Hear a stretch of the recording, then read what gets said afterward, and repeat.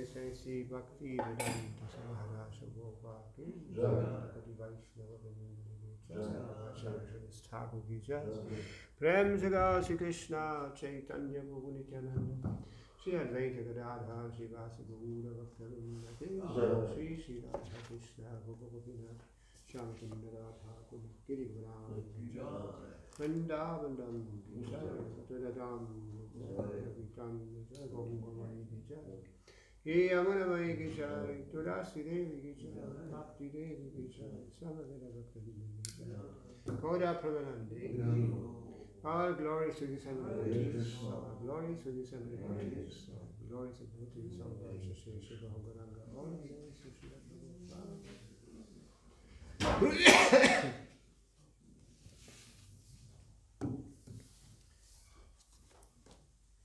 So we continue with the Transcendental Diary, Travels with His Divine Grace and Sri Bhakti Vedanta Swami Prabhupada, August 1976 to October 1976 by Hari Sauri Das.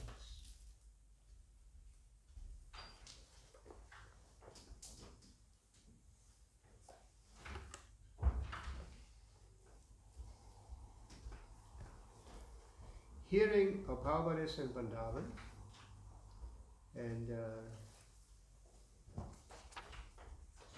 this was on September 3rd, 1976. Hearing Srila Prabhupada's praise and praise and appreciation, Charanarvindam glowed with the satisfaction of knowledge he had pleased his spiritual master with.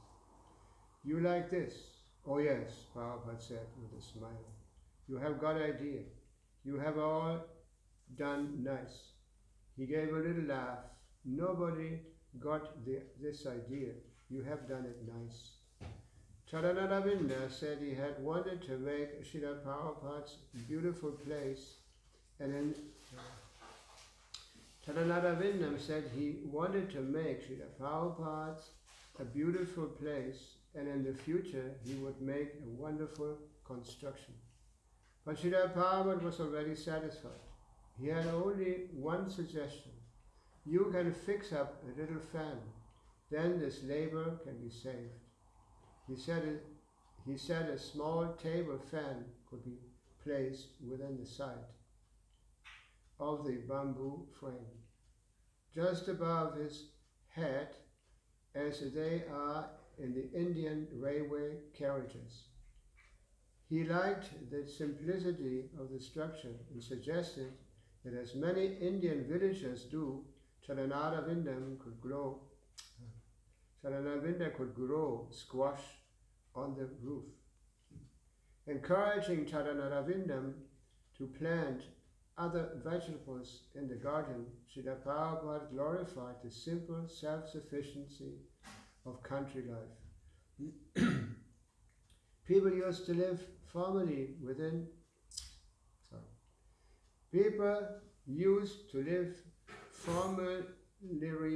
without any worries. Everything was so easily available, at least foodstuff. They had no anxiety. They got their own paddy from the field, milk, some vegetables.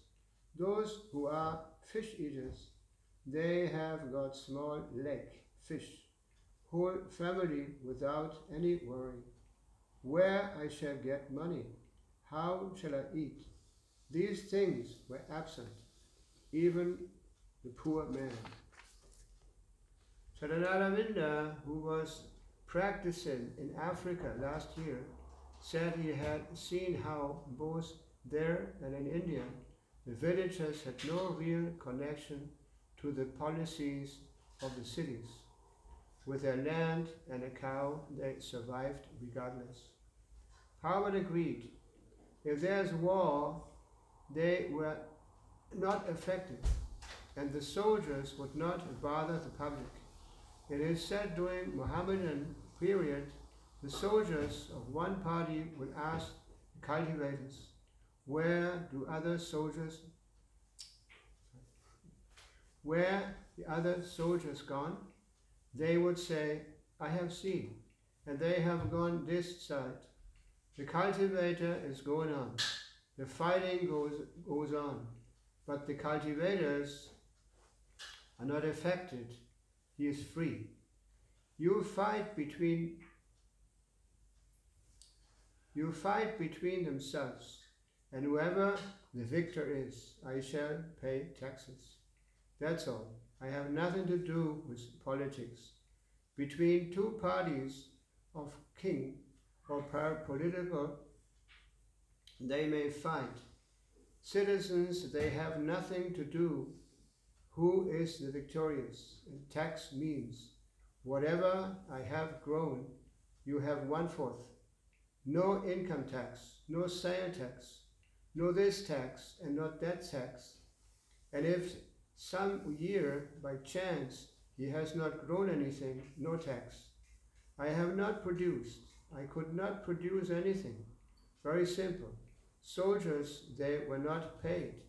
They were given land by the king. You enjoy this land without any price. But when there is a fight, you have to come out. Fight is not going every day. It may take place after some years. So they are living peacefully.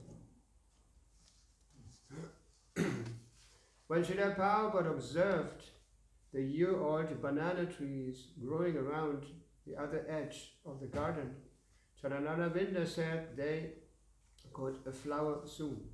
Prabhupada tipped his head. So it is a very pleasing spot. You have done nice. I'm feeling nice.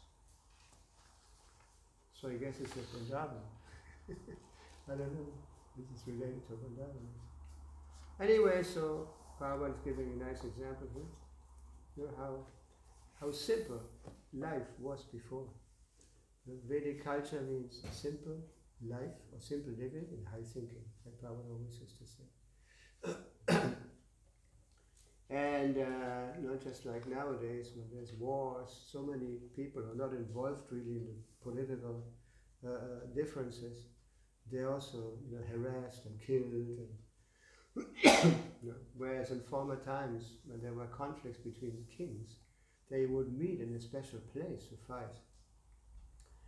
They would not drop bombs on the cities and the villages and this and that, and so many innocent people would die. So this was all very organized, not even that, not only that, but also, we hear from the Bhagavad Gita that the formation, when before they started the war, they had certain formations, who should stand where, and this and that, and there was a whole arrangement, very, very scientific arrangement. They would not just shoot anybody and by any means like that. So Srila Prabhupada is telling us about this ideal society, and also interesting, the soldiers, they would not be paid, but the government would give them some land, and whenever there was a problem, some war or differences, the soldiers had to stand up, be ready to fight. Any questions regarding this text we just read? Or comments? You want to say something? Okay. So now I didn't know which text it was, because I was told it was the 4th verse. But yesterday, reading so many verses, what it says there? 22. What? 9:22.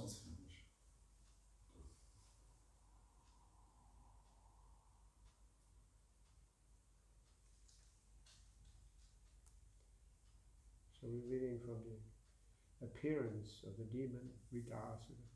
Om Namo Bhagavate Vasudevaya. Om Namo Bhagavate Vasudevaya. Om Namo Bhagavate Vasudevaya. Om Namo Bhagavate Vasudevaya. Om Namo Bhagavate Vasudevaya. Om Namo Bhagavate Vasudevaya.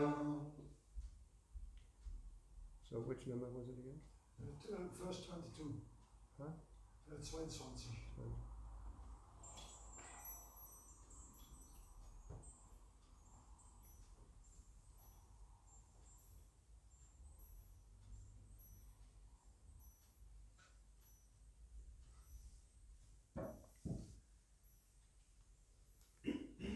Avismitam tam paripurnakamam Avismitam tam paripurnakamam Svenaiva labhena samam prasantam Svenaiva labhena samam prashantam Ino pasarpati aparam hivalisha Vino pasarpati aparam hivalisha Swarangurena titi tari sindhum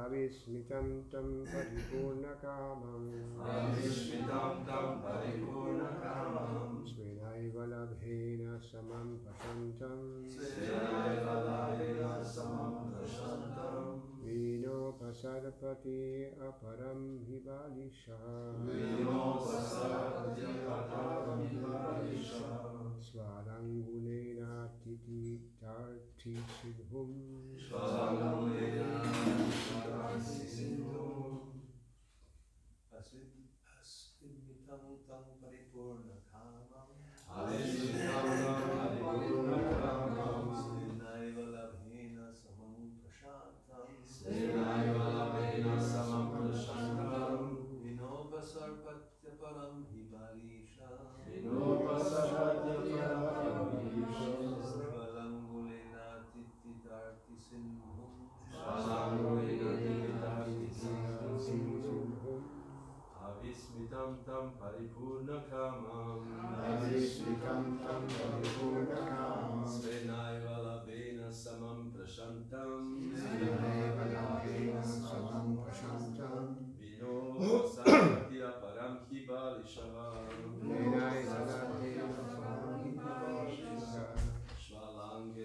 Langulena tititarti sindhum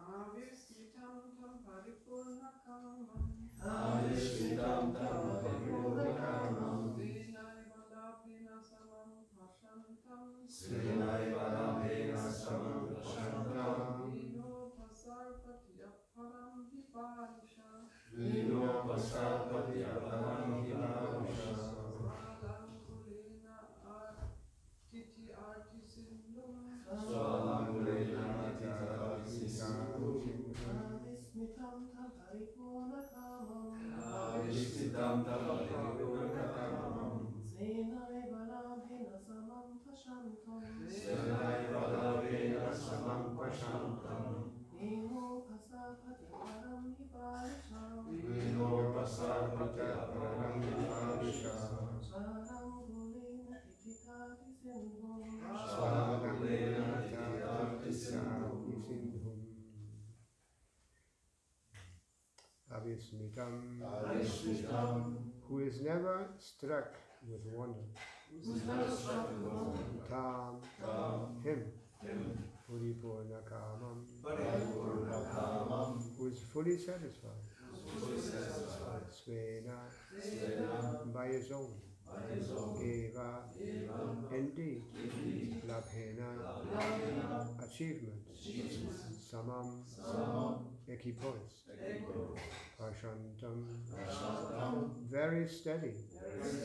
Vina, without. Upasapita, upasapati, approaches. Aparam, other. He, indeed. Palisha, a fool. Swa, of a dog. Langulena, by the tail. Atititati, wants to cross. Sindhum, the sea. Translation. Free from all material conceptions of existence and never wonder-struck by anything, The Lord is always jubilant and fully satisfied by his own spiritual perfection. He has no material designations, and therefore he is steady and unattached. That Supreme Personhood of Godhead is the only shelter of everyone. Anyone desiring to be protected by others is certainly a great fool who desires to cross the sea by holding the tail of a dog. Purport. A dog can swim in the water, but if a dog drives in the ocean and sometimes wants to cross the ocean by holding, a dog can swim in the water, but if a dog drives in the ocean and someone wants to cross the ocean by holding the dog's tail, he's certainly fool number one. A dog cannot cross the ocean, nor can a person cross the ocean by catching a dog's tail. Similarly, one who desires to cross the ocean of nations should not seek the shelter of any demigods or anyone else, but the fearless shelter of the Supreme Personhood of Godhead.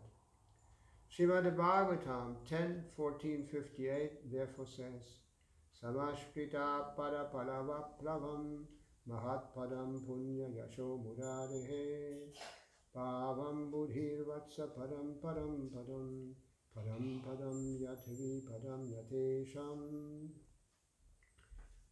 The Lord's lotus feet are an indestructible boat.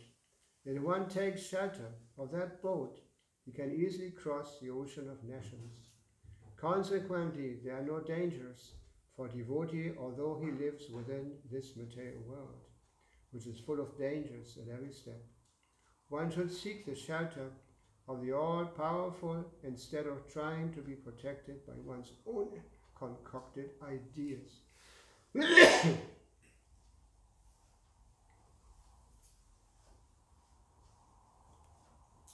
Adismitam tam paripurnakamam svenaiva labhena samam prasantam vino vasadapati aparam hivalisaha swalingurena titi tadi siddhum.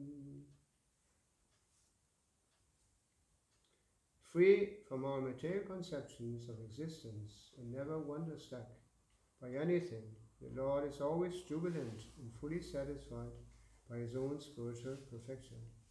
He has no material designations, and therefore is steady and unattached. That Supreme Personhood of Godhead is the only shelter of everyone. Anyone desiring to be protected by others is certainly a great fool, who desires to cross the sea by holding the tail of a dog.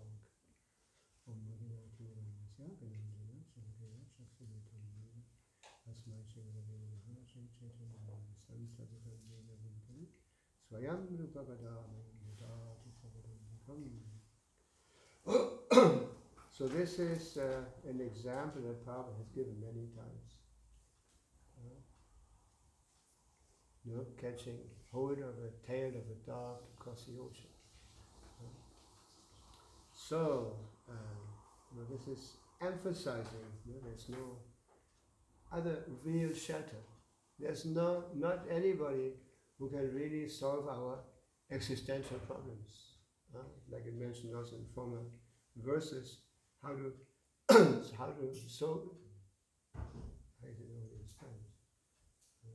overcome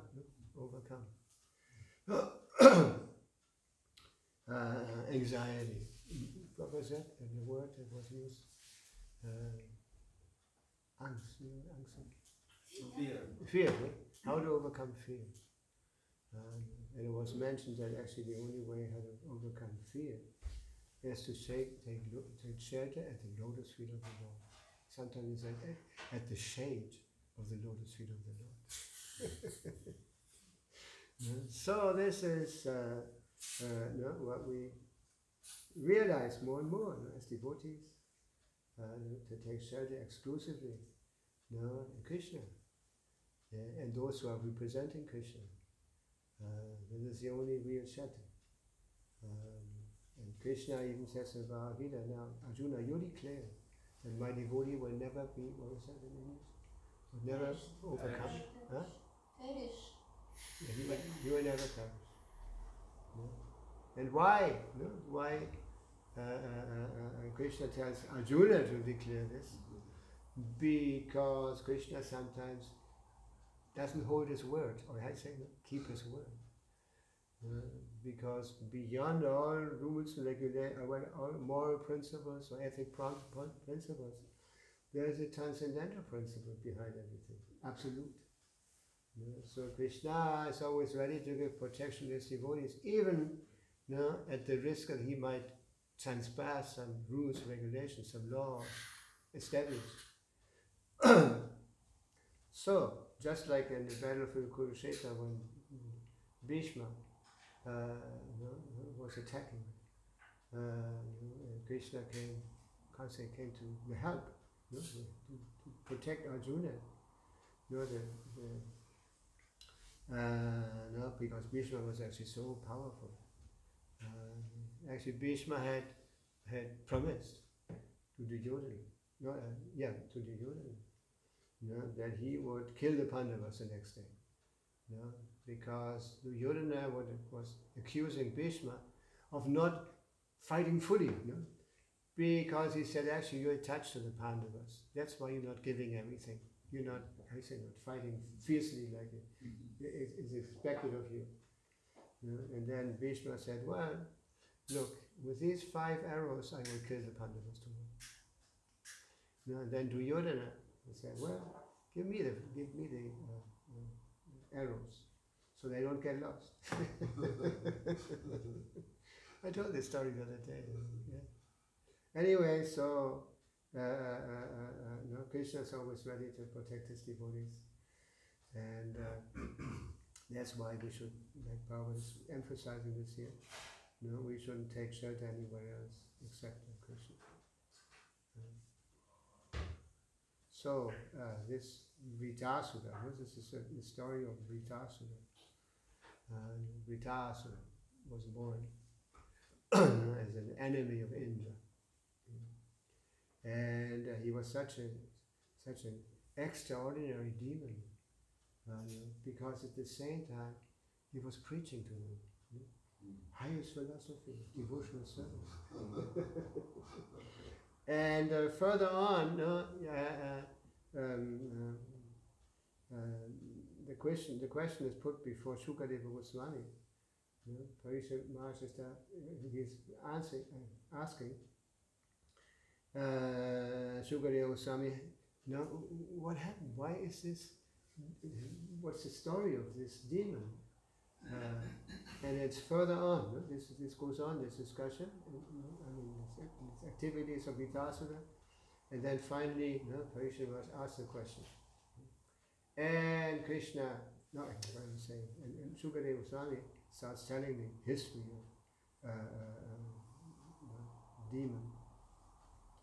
And it says that this demon had been a very special devotee before my life. Chita Ketu, Harsha Shoka, I remember, Harsha Shoka. And he was not able to have a son. And even though Prabhupada even mentioned he had millions of wives, and no wife could give him a single son. And at one point, a sage, Angila, came to the palace of the king. And seeing the condition, anyway, he asked him, why are you so unhappy? And he told him, it's because I cannot have a son. And Prabhupada, and one of the purposes of this text, Prabhupada says that actually, the householders used to be very anxious to have a son. Why is this? Because his son was supposed to execute sacrifice, or make sure there were some sacrifices,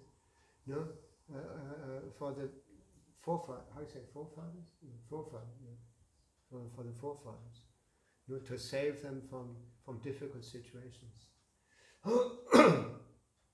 Anyway, so when I mentioned it several times already, that actually the ladies, they would leave the family after some time. They go to the new family, live with the family of the husband.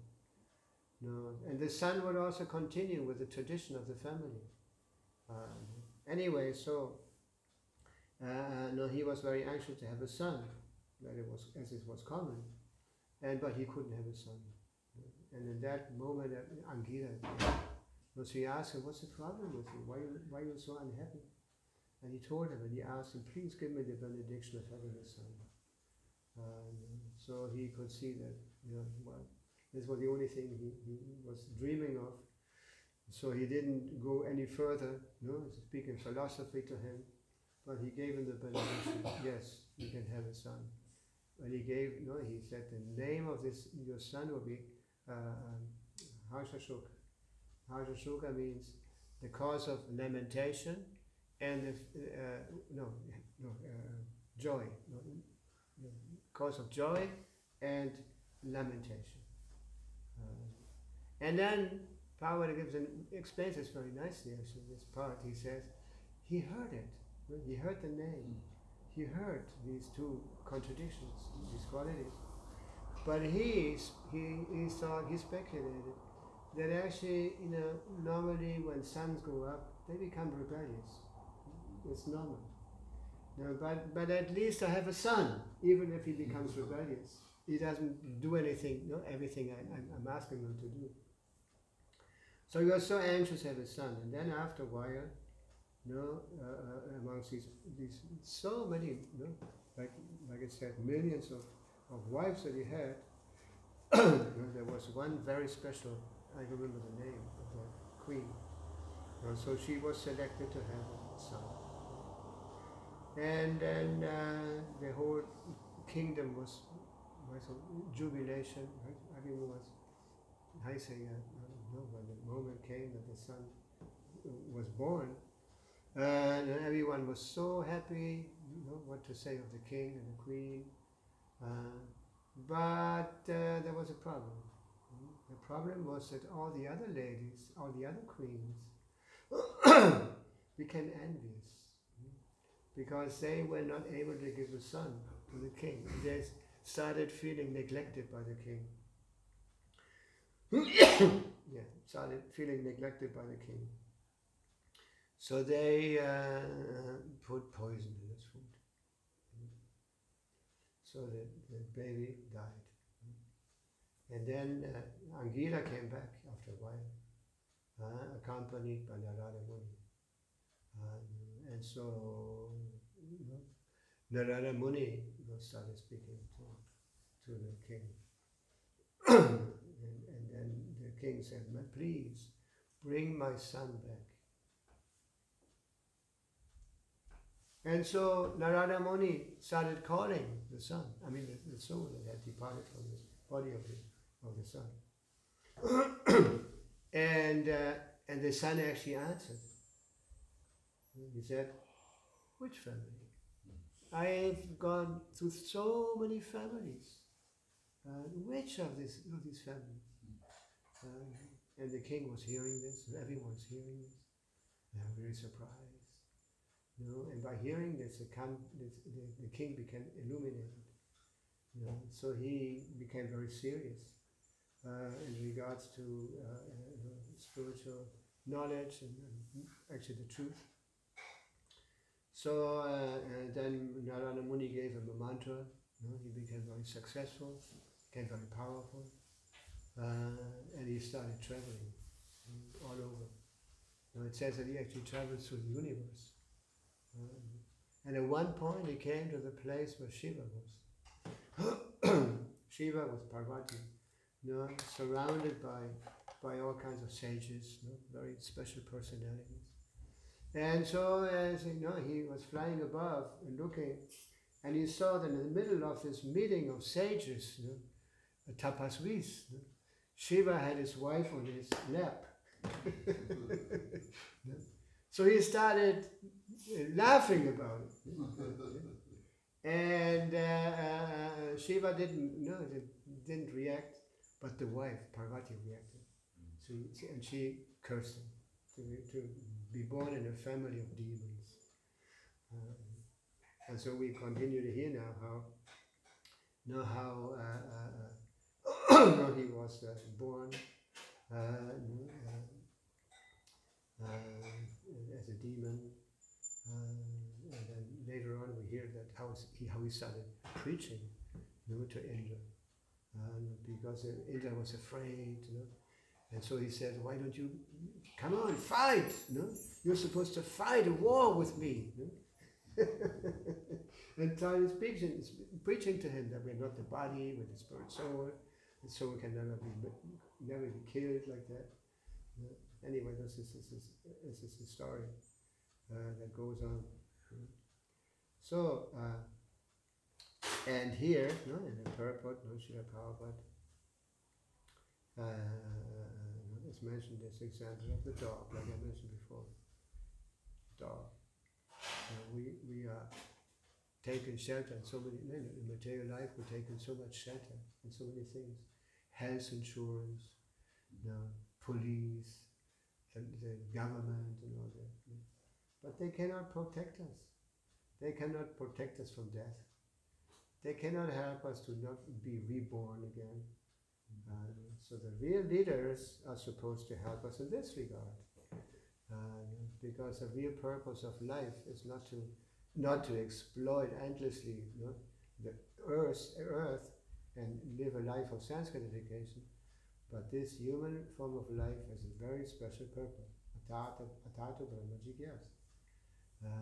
Now, after passing so many life forms, now finally we achieved the human form of life. And now we're supposed to start asking important questions. Not just how to get money and how to get a wife or a husband or all these things. Now we're supposed to ask important questions. Regarding the real problem in life. The real problem in life is that we are dying and, going from body to body like that. And suffering. Exposed to so much suffering. And what's it? Überlebungskampf, was it in English? Struggle for existence. Yeah, struggle for survival. And he mentioned this example of Yudhishthira Maharaj. The Pandavas were in the forest, and at one point they were living in exile, and so they also had to live in a way that nobody would. Well, that was in the end. Nobody would be able to discover them. So then, at one point, they were all, what is that? Durstig. What is that? Thirsty. No, they were all thirsty. Yudhishthira started sending one after the other for looking for water. First he sent, I don't remember, I think it was Arjuna. No, I don't know, I'm not sure. So he sent one of his sons. And somehow he came to a very beautiful lake, lotus flowers and lilies, and then so he was happy to having found water, and he approached the water, and all of a sudden he heard a voice. Actually he heard a voice, and as kshatriyas they're not supposed to, surrender to anybody, but whereas everybody else has to surrender to them. So and the voice said, if you don't ask my questions, you die. And when you touch the water, and he didn't give it any. He didn't take it serious. He went to the water, and he was about to drink the water and fell dead. Move. What is that? Anyway. So then, as he didn't come back, Yudhishthira sent another one. And he saw that the other Pandava went, and in den Spuren, wie sagt man? In den Spuren of the other one. And he also came to the same place. And he saw his brother dead on the Leg. Yeah, on the leg, the side of the leg. So he had the same voice, and he didn't give him importance. He also went to the water, and he also died. So in this way, all the Pandavas acted the same way.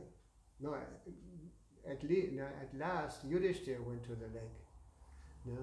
And Prabhupada sometimes said that amongst the Pandavas, Yudhishthira was the most important one, or the best one. Well, that's why Krishna had selected him actually to be the king or the emperor. Anyway, so he came. When he heard the voice and saw what had happened, he was ready to answer questions. And there were a lot of questions. And he answered them all very nicely. It's interesting. I read them somewhere. I think it's in Mahabharata, something. Anyway, and one question was, what is the most wonderful thing in this world? And Yudhishthira said, yes, the most wonderful thing is, even though everyone is dying around us, we think, or everyone who remains here thinks that I will never die. So this is described as a big problem. In our ignorance, we think that all this suffering is only happening to others. Like sometimes, when we used to drive on the Autobahn, there were accidents, heavy accidents. We could see cars smashed and this and that, and everyone was shocked, like looking at it, but thinking, wow, I will never be in a situation like that. This only happens to others. This is our illusion, our mind.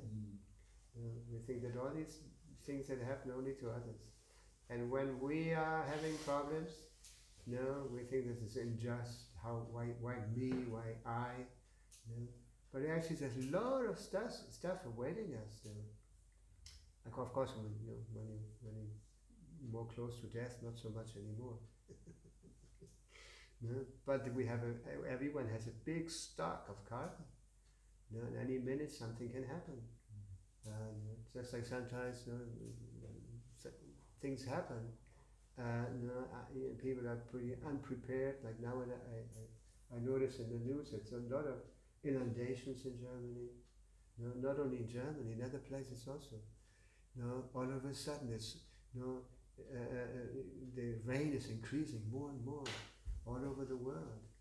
And not only that, also there's places where it never rains, or it rains in places where it had never rained. It's a pretty chaotic situation. And as devotees, we can understand, well, this is Kali Yuga progressing. Kali Yuga progressing. Everything is becoming worse and worse and worse. We were just speaking yesterday, amongst us, 3 disciples of our God brothers. We are speaking of this also, how things have changed, how things are changing.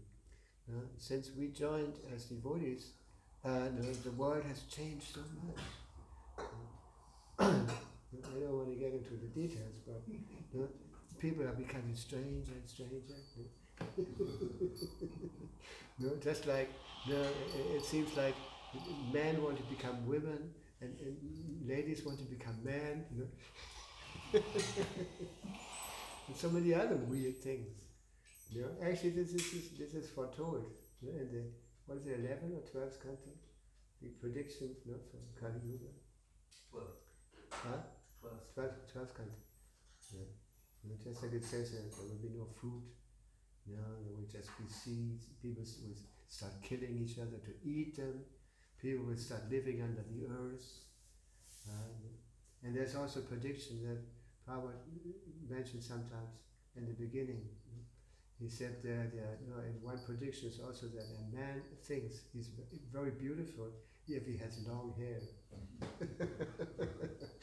Prabhupada was telling the hippies at that time.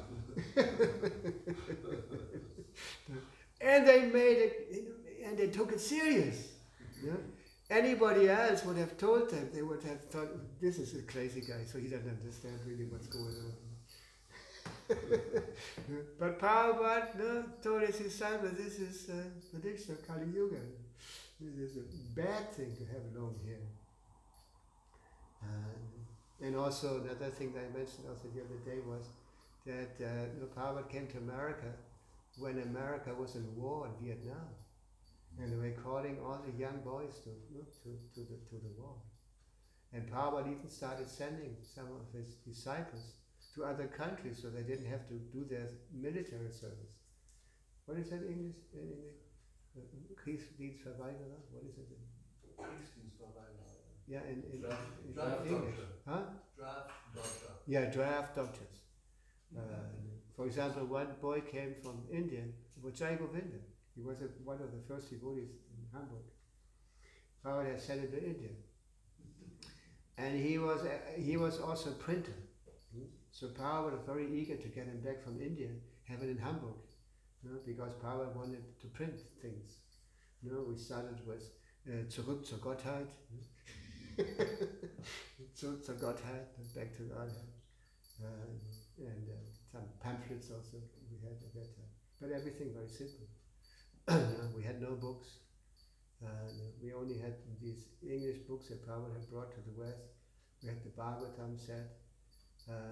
We had the Journey to Other Planet. That's why it's the first book I read. Prabhupada book. Anyway, so at that time, there were many, and Prabhupada started preaching Bhagavad Gita. I was speaking of Bhagavad Gita, that actually war can be sacred. War can be sacred, and when you are killed in the war, if you properly executed your war, you will go to the heavenly planets. Actually, the Muslims have the same concept, but they go to the heavenly planets to enjoy. There's so many promises, when you die in battle, you can have a lot of virgin ladies around you, and so much science gratification. Anyway, so devotees took it very serious. And as I mentioned the other day, I think last class, I mentioned that when Prabhupada came to Hamburg, he came with what's the name of the servant? I don't remember the name. Purushottam, from Purushottam. And Purushottam had some doubts. So in '69, when Prabhupada came, they had gone to the moon. This was the big news at that time, that they had to go to the moon. And Prabhupada, they brought a television for Srila Prabhupada, and Prabhupada saw it, the reports and all that. And then Prabhupada said they never went to the moon. Because the Shastra, the Vedas say that this is a big distance, they cannot have gone there in such a short time. And also, it's not just dust there, but actually it's a heavenly planet. And Purushottam blooped because he couldn't accept that. So he left. Anyway, this was not so easy to accept what Prabhupada said. But somehow those who were fortunate, they continued staying with Srila Prabhupada. And it's actually, this is actually the price. That one surrenders to the spiritual master, and everything else will come. Ado Shraddha. This is actually described also as the first principle of spiritual life. When you come in touch with devotees, or you get a book of Srila Prabhupada, somehow your face starts manifesting. And everything else comes after that. When there's some interest, some faith, Krishna makes the arrangement, you meet devotees, just like it's actually so incredible. That this movement of Chaitanya Mahaprabhu is spreading all over the world. And so many people who have never, at least superfluously seen, have never been in contact with this, they become devotees. And Prabhupada was very proud of his disciples. Pure devotee, but Prabhupada was proud. He was proud of the books distributed. He was proud of his disciples, proud of his movement. Many times when Prabhupada preached to people, he said, and we have a big movement. We have 60, how many temples all over the world. Yes, and that's the same thing Prabhupada did when he went back to India. Started making these big Pandar programs. Normally there were devotees from different places of the world. And Prabhupada presented the devotees, said this is from who knows where. There was also a black American there. I don't remember his name. Dinanath. He was also in the group. And in India they have this concept that black people are very low class. Actually Indians are very, I say, wie sagt man das, rassistisch? Yeah, very racist. So sometimes I noticed when we started doing parikrams in Mayapur, and there were also some black devotees from Africa.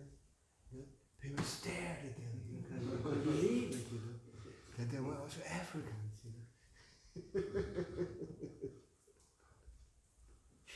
Yes, so this is due to the special arrangement, special mercy of Chaitanya Mahaprabhu, that we were able to also come in contact with this.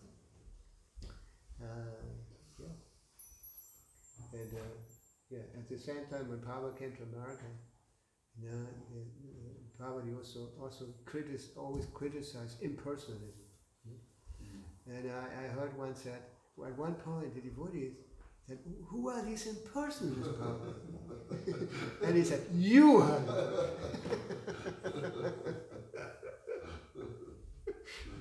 Isn't it? We hear so much about impersonalism. We think, well, these are the others, But actually this contamination is still there. Okay, Srila Prabhupada Ki. Any questions or any comments anyone wants to make? Sorry for repeating a lot of things. Hare Krishna. Yeah. I have a question. Yes. You were saying about Purushottam had doubts in prophets. Stated and then went to the moon. And then he left, but some who stayed in the fortune. What is this ingredient of being fortunate? What is the actual ingredient of somebody being fortunate, somebody being less fortunate? Good question. Prabhupada used to say sometimes that it might also be that we already had contact with this in previous lives. So our faith was more, not including me, but others, like Maharaj. But then he said, when one was thinking like that I made you fortunate. You are fortunate because I made you fortunate. Otherwise we think, I'm fortunate because I deserve it. Yes. Good point. Yeah, good point. Very important. Yes. But it's both, sometimes from previous lifetime, or just by the mercy of the devotee. And also, it's also the potency that the movement has. That many people have become devotees. We have temple, such a beautiful temple here, like that. So when people hear about or come, they press and they give it importance. Yes, this is incredible. What it means. They want to hear more. They present all their doubts, their trifle, and devotees. But somehow, actually, so many came to the movement, and so many left. There's countries, like Germany, for example. In Germany, we never had many devotees. Never many devotees. Like in Russia or in who knows where. We were always few devotees. Few devotees. Well, we thought that there were many devotees, but actually compared with other places, in Germany we always had India. Yeah, like India. Like nowadays in India, I mentioned it before, when they're organizing the parikram in Mayapur, for example. Before it was only one group, and that was because not so many devotees. That now they have different groups. The Indians, a huge group. The Russians, a huge group. Well, I don't know if they can still come, but anyway, There are also a lot of Russians living in Mayapur. Yeah. And the third group, the rest of the world.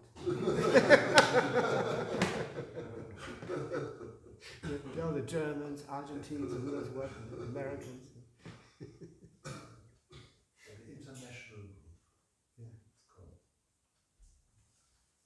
The family of Srila Prabhupada. Yeah, here also, no? During the last years, people had come, but where are they? They chanted for some time, lived in the temple for some time, you know, then they left. You know, those who are fortunate, they start seeing the difference. You know? When they've been living with the devotees and they go out again, they start seeing the difference. Also, their intelligence doesn't seem to cooperate. You know? Always reminds them how much better the spiritual life was. And then the fortunate ones are coming back. Yes, I have this experience. Now that I say I want to continue. Isn't it? Yeah. Yeah. So you should preach to them, give them strength, increment their faith. Yeah. That's what we have to do. When Krishna sends people to the temples, we should take care nicely of them. You know, give them all the opportunity to increase their faith. You know.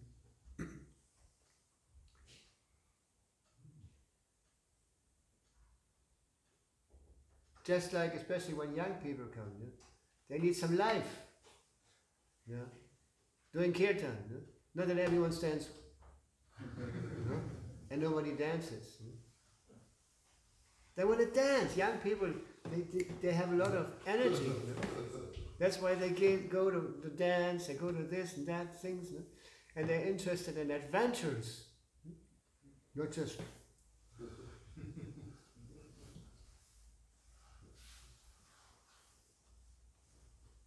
And actually we need more young people. Because young people attract young people. Isn't it? What do you think? Yeah. Just like on Harinam. No? You go down Harinam, you know, and they're all old devotees and they hardly move. You know? They want to see, you know, dancing and this.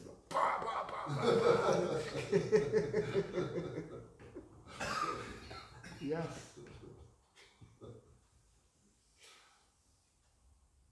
And you notice, you know, when you do Harinam here in Köln, as soon as you a little more joyful, how you say, no? People start smiling, yeah? And they also, you know, the devotees, or last time the ladies went to pick up the ladies who were inspired, smiling, they grab them and dance with them, and they will never forget that.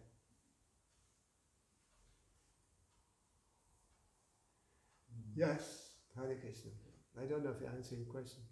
Ja. Möchten wir was sagen dazu, Maharaj? Ich hab schon. Ach, hast du?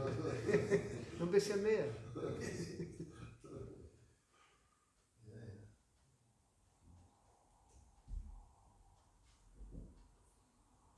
Like Hamburg produced a lot of devotees at that time. Yeah? So many devotees became devotees in Hamburg. In München nicht so viel. Huh? In München nicht so viel. Ja. Die Bayern waren nicht so. Ja. Ja, als wir den Tempel hatten in München, da waren die meisten Ausländer. Der ist der, wie ist der noch, der Italiener? Dogama gejoint. Genau. Dann kam ein französischer Bhakti. Ja? Ja. Sutapa ist auch Devotee geworden in München. Ja, das sind 50 Jahre her. Ne? Anyway.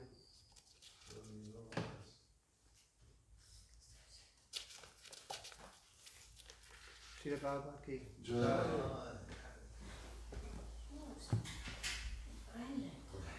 Bhakti Maharaj ki jai.